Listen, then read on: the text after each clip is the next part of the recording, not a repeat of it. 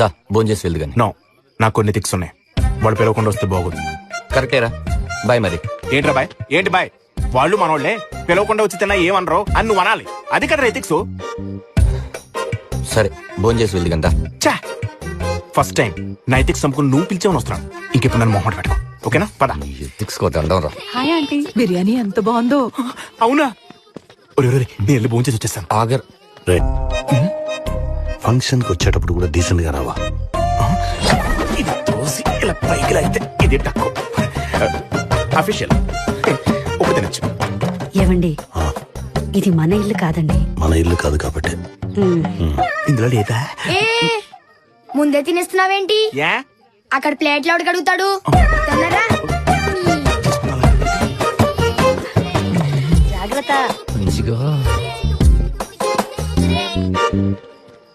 ఆ మొలతాడేంటి, దానికి పిన్నిస్లేంటి? నువ్వేమన్నా సవరాలు అమ్ముకుంటున్నావురా? ఈ ముందు ఏ బాలేదా? బాగుంటది అనుకున్నానే. సరే గానీ మటన్ బాగుంది. నాకేమక్కర్లా. నీ కర్మ. నా కొడుకు రాఘవ, వాడి ఫ్రెండ్ అంజి. నమస్తే అండి. ఏమిటి భోంచేసి వెళ్ళండి. మన ఇంట్లో ఫంక్షనే కదండి, ఎప్పుడైనా తినచ్చు. అందుకే ఇందాకే తినేసా.